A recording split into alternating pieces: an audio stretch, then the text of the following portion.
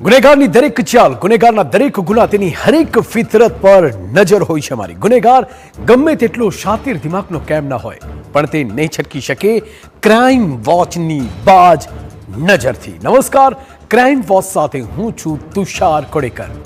એક પુત્ર માટે તેની માતા દુનિયાની સૌથી પ્રિય વ્યક્તિ હોય છે, પણ હવે તમને એક એવી ઘટના વિશે જણાવીશું કે જેના વિશે સાંભળીને તમે બે ઘડી ચોંકી જશો.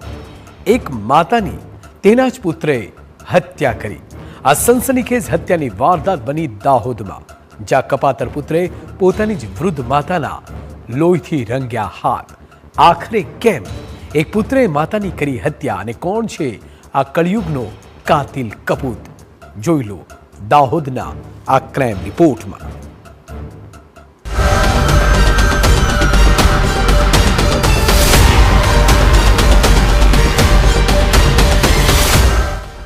દાહોદમાં બની ધૃણાસ્પદ ઘટના. કળિયુગના કપૂતની કાળી કરતૂત. કળિયુગનો કપૂત બન્યો કાળ. પુત્રે માતાને આપ્યું મોત. જેને હાથ પકડીને મોટો કર્યો તેની જ પોતાના હાથે કરી હત્યા.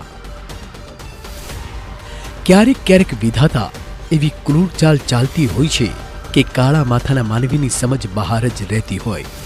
એવી જ કાળજું કંપાવી દે તેવો અજીબો ગરીબ કિસ્સો સામે આવ્યો દાહોદ જિલ્લામાં.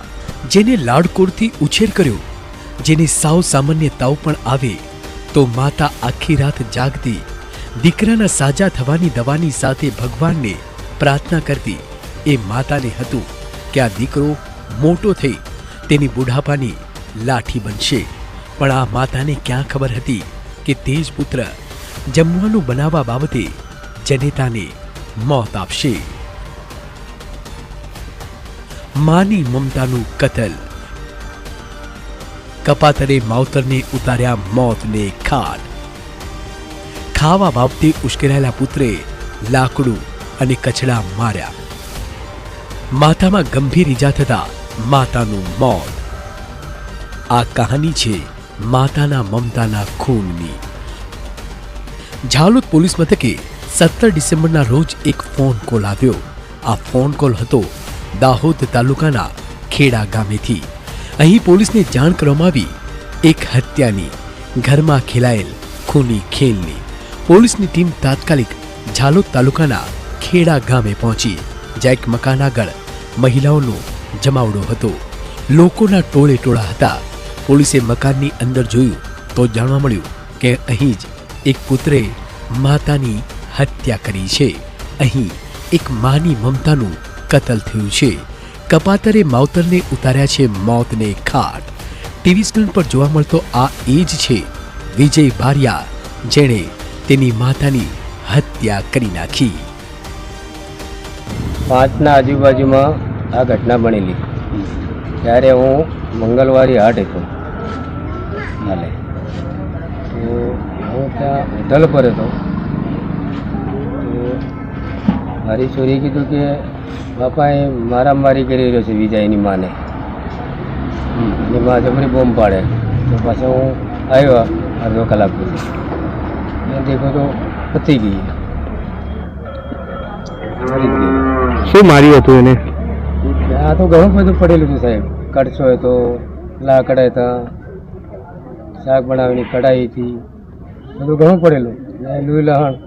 પછી ત્યાં આવ્યો હતો, મેં 2 છોકરાને કીધું આને પકડતો. પકડીને મેં બંધાડ્યો. મારી પંચને મેં બોલાવી.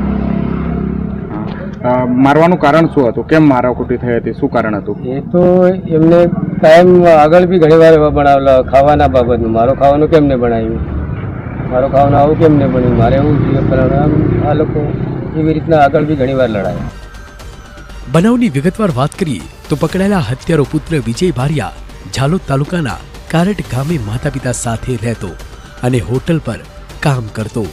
ક્યારેક ક્યારેક તે ઘરે આવીને જમતો તો ક્યારેક ક્યારેક તે હોટલ પર જ જમીને ઘરે આવતો. બનાવના દિવસે પુત્ર વિજય ઘરે આવ્યો. લગભગ સાંજના 5:30 વાગ્યાની આસપાસ ઘરે આવી માતા પાસે જમવાનું માંગ્યું. માતા સુરથાબેને તેના માટે જમવાનું નહોતું બનાવ્યું, જે સાંભળી પુત્ર આવેશમાં આવી ગયો. પહેલા તો ઝઘડો બોલાચાલી સુધી સીમિત રહ્યો, પરંતુ ત્યારબાદ પુત્ર વિજયે ઘરમાં ચૂલા નજીક પડેલું લાકડું ઉઠાવી પોતાની સગી જનતાના માથામાં ઝીકી દીધા.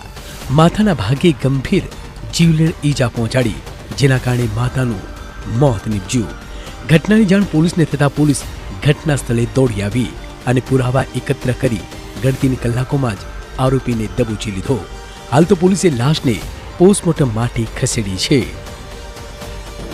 ગઈકાલે લીંબડી પોલીસ સ્ટેશનના ખેડા ફળિયા ખાતે એક ખૂનનો બનાવ બનેલ છે. જે કામે હકીકત એવી છે કે આ કામનો જે આરોપી છે વિજય, એને પોતાની માતા સરલાબેનને જમવાનું બનાવતા કહેતા જમવાનું બાબતે ઝઘડો થતાં આ કામના જે આરોપી છે વિજય એ જે સ્ટીલનો ચમચો તેમજ લાકડીથી જે મરનાર છે એને માથાના ભાગે તેમજ શરીરે ગંભીર ઈજા કરી અને મોત નિપજાવેલ છે. જે અંતર્ગત લીંબડી પોલીસ સ્ટેશન ખાતે ખૂનનો ગુનો દાખલ કરવામાં આવેલ છે અને આ કામનો જે આરોપી છે મરનારનો દીકરો વિજય એને હસ્તગત કરવામાં આવ્યો છે. જમવાનું કેમ ન બનાવ્યું જેવી નજીવ બાબતે થયેલો ખૂની ખેલ આખા પરિવારને તબાહ કરી ગયો, જેમાં વૃદ્ધ માતા સ્વધામ સિધાયા અને પુત્રને આખરે જેલમાં જવાનો વારો આવ્યો. હત્યારા પુત્ર વિજયને લઈને એક પરિવારનો માળો વિખાઈ ગયો. હાલ તો પોલીસે હત્યારા પુત્રને ઝડપી લીધો અને તેને જેલના સળિયા પાછળ ધકેલી દીધો છે. પરંતુ આટલી નજીવી બાબતમાં જે માતાની હત્યા કરી શકતો હોય તેને કલયુગનો કપૂત કહેવામાં કંઈ ખોટું નથી. આ પ્રકારની ઘટના સભ્ય સમાજને શર્મસાર કરી મૂકે તેવી છે.